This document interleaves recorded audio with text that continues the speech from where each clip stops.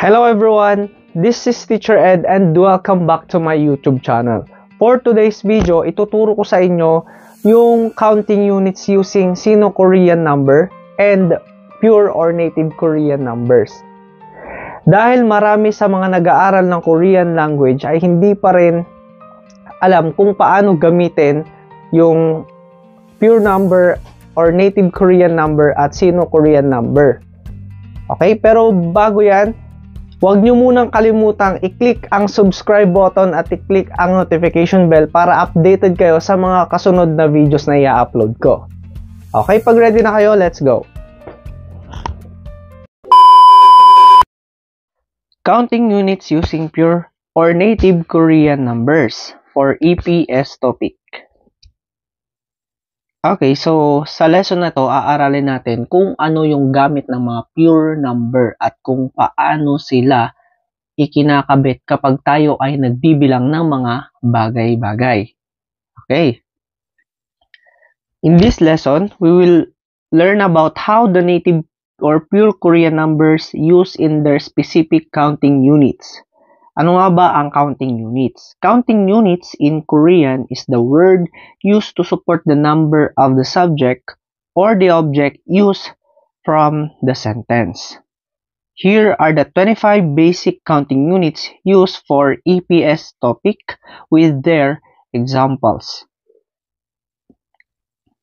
Okay, take note na ang number 1, hana, yung number 2 na tool, yung 3 na set, at yung 4 na net ay magiging han, tu, se, ne kapag sila ay connected with counting units and used in a sentence. So yung hana nagiging han, yung tool nagiging tu, yung set nagiging se, yung net ay nagiging ne. So nababawasan sila ng last letter kapag ginamit na sila sa sentence at kinabit na sa mga counting units. So, ito po yung listahan ng mga 25 na counting units na pwede natin gamitin sa pagbibilang natin ng pure Korean number or native Korean numbers. So, una, we have packs. For example, ito is yung packs o yung cigarettes. So, yung mga maliliit na box na parang cigarette, yung kahon ng mga posporo, ganun, pwede siyang bilangin as pure number at ang gagamitin nating counting units ay itong gap o kaya cup. Okay, gap ang romanization, cup ang proper pronunciation nito kasi baka mamaya may magtanong na naman sa akin, sir, bakit bakit gap ang nakalagay dyan, di ba cup? Okay, so romanization lang po ang mga to, pero pag binasa natin, cup. Okay, pero let's move on. Number 2, we have bowl or cups, mga ganon, no? Pure number din ang pagbibilang natin at ang kanilang counting units ay kurut. Kurut. Number 3, animals. So, pwede din nating bilangin ang mga animals sa pure number. We have mari. Mari ang counting units. Set of clothes, we have ball. Ball. Number 5, we have people. Honorific form, we have bun. Okay, pag nabibilang na tayo mga tao, pure number ang gagamitin natin at dadagdagan natin ng bun as counting units. Number 6, we have years of age. So, years of age, gagamitin din natin ang ating pure number. And then, lalagyan natin ng sal. Sal. Okay, number 7, we have o'clock. So, sa o'clock natin, pure number din ang gagamitin natin. And then, lalagyan lang natin ng she. Ito na example natin kanina, yung han, tu, se, ne, lalagyan mo lang ng she. So, han, she, tu, she, se, she, ne, she. Ganon. So, 1 o'clock, 2 o'clock, 3 o'clock, 4 o'clock. Okay? Next, we have glasses or cups. So, we have chan. Pure number din ang gagamitin natin pag nagbibilang tayo ng glasses, cups, or something like that. And then number 9, we have buildings and houses. We have che. Che. Okay? Number 10, items, units, objects. Okay? We have ke. Ke. Pero usually, ang ginagamit dito is ge kapag na-connect na siya sa sentence. So, hange, tuge, sege, nege, tasotge, gano'n. Number 11, we have vehicles, machines. We have te. Magbibilang daw tayo ng mga sasakyan at mga machines, makina. Pure number ang gagamitin at dudugtungan natin ng te. Counting units ng mga sasakyan at mga makina. Okay, number 12. We have times. Times is beses. Okay? Tapos lalagyan lang natin ng bon. Okay. Hanbon, isang beses. Tubon, dalawang beses. Sebon, tatlong beses. Nebon, apat na beses. So, ganun gamitin ang counting units natin para sa times. Number 13. We have bottles. We have pyong. So, bottles, pure number ang gagamitin natin. Lalagyan natin ng pyong. People, okay. Meron din people sa number 5, meron din people sa number 14, pero magkaiba ng counting units. Saram, o kaya myong. Okay? Pero sa ibang video, i-discuss ko sa inyo kung paano gamitin yung counting units na ito, yung 5 at 14. Number 15, we have hours. Shigan. Hanshigan, isang oras. 2 shigan, 2 oras. So, pure number ang gagamitin natin pag nagbibilang tayo oras, dadagdagan natin ng shigan. So, number 16, para sa ating mga thin or flat objects, para mga sheets, ganon, okay, ang ating gagamitin ay chang. Ito para sa mga, sa mga resibo, sa mga paper bill, saka sa iba't ibang klase ng mga sheets of paper. Okay? Number 17, pairs of shoes. So, sa pares ng sapatos, pure number ang gagamitin natin at ang counting units ay kyolle. Kyolle. Number 18, long objects such as pens, riffles, okay, charo ang gagamitin natin. Number 19, small boxes. Okay, na-repeat yung ating 19 tsaka 1. Okay, same lang sila. Sa small boxes, no, cup din ang gagamitin. So, kung mapapansin nyo yung of cigarettes dito, small box yon, kaya cup. So, same lang po sila. Number 20, books. Ay, pag nagbibilang tayo ng mga libro, pure number ang gagamitin natin and then lalagyan natin ng kwon. 21, large boxes. So, magkaiba po yung small boxes at large boxes. So, ang para sa mga large boxes naman, we have sangja. Sangja. Okay, number 22, we have trees. Kapag puno ang binibilang natin, ang gagamitin nating counting units ay kuru. Kuru. Okay? Number 23. Para sa mga boats, chok. Chok. Number 24. Letters, telegrams, phone calls, emails. Okay? Ang gagamitin natin ay tong. Tong. Tong. Okay. Next, we have number 25. Bunches of things such as flowers, okay? Songi. Songi. Yan po ang gagamitin nating counting units. So, let's try to answer some of the examples or samples of EPS topic with native or pure Korean numbers and counting units. Madali lang po ito.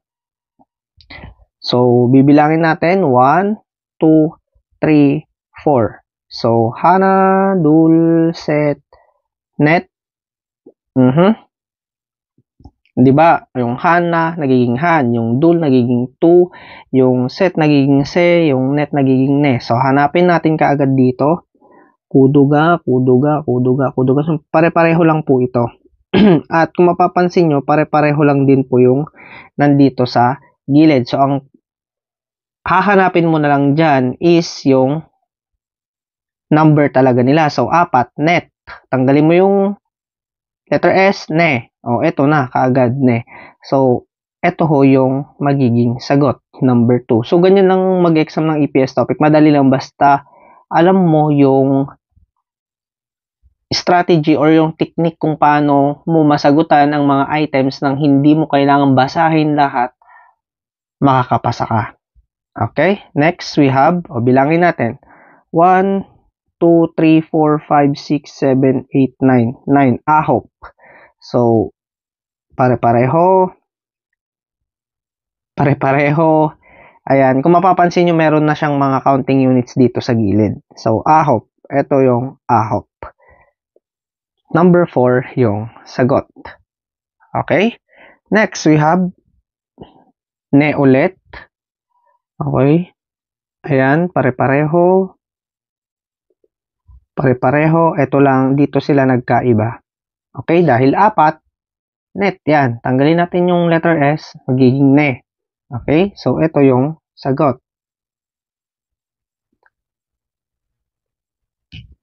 Kung mapapansin nyo, nandyan na nakalagay na dyan yung counting units na chang para sa mga sheets of paper. Ito kasi is upyo or stamp. Next.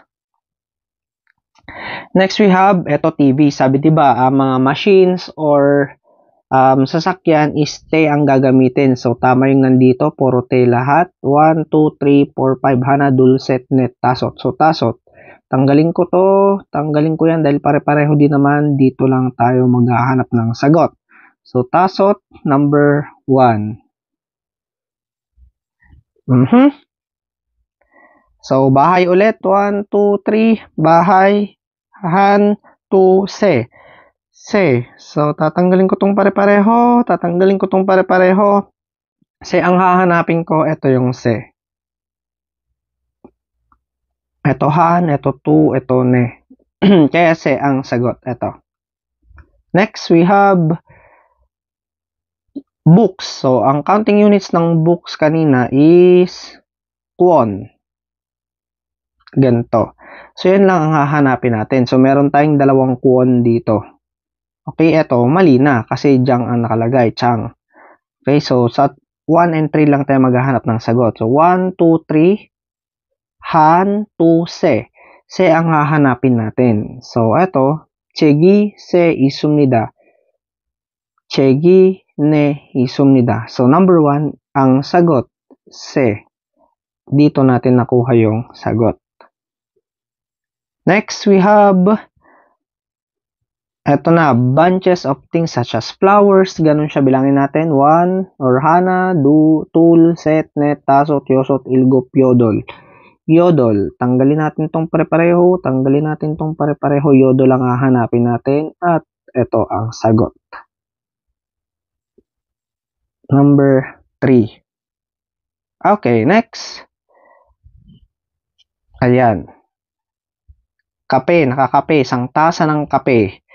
So, kopi ga, han, pyong, chang, chan, myong. So, ito pare-pareho. Dito pare-pareho. Sa counting unit sila, take note, hindi lang sa number nagkaka-iba. Pwede din sa counting units. Tong. So, counting units ang ating hahanapin. Okay, yung pyong ay para sa bottles. Mali, hindi siya bottles. Chang is para sa sheets of paper or tin objects. Mali din. So, dito tayo sa number 4. Myong ay para sa tao. Mali rin. So, chan is para sa, ayan, cups. So, ito, para sa cups, tama. Kaya number 3 ang sagot natin. Okay?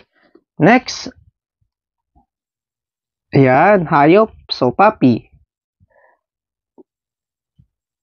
Pare-pareho ito. Tapos, pare-pareho yan. So, sa counting units na naman,